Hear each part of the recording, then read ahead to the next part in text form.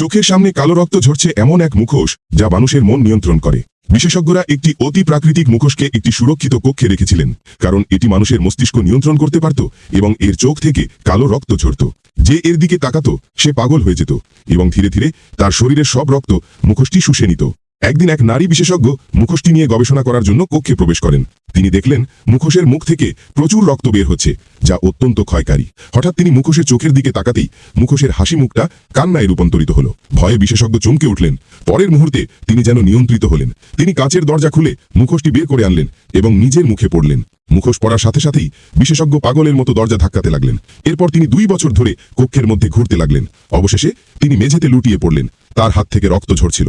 কিছুক্ষণের মধ্যেই তার শরীর থেকে সমস্ত রক্ত শুষে নেওয়া হলো। শুধু পোশাক আর মুখোশটি মেঝেতে পড়ে রইল।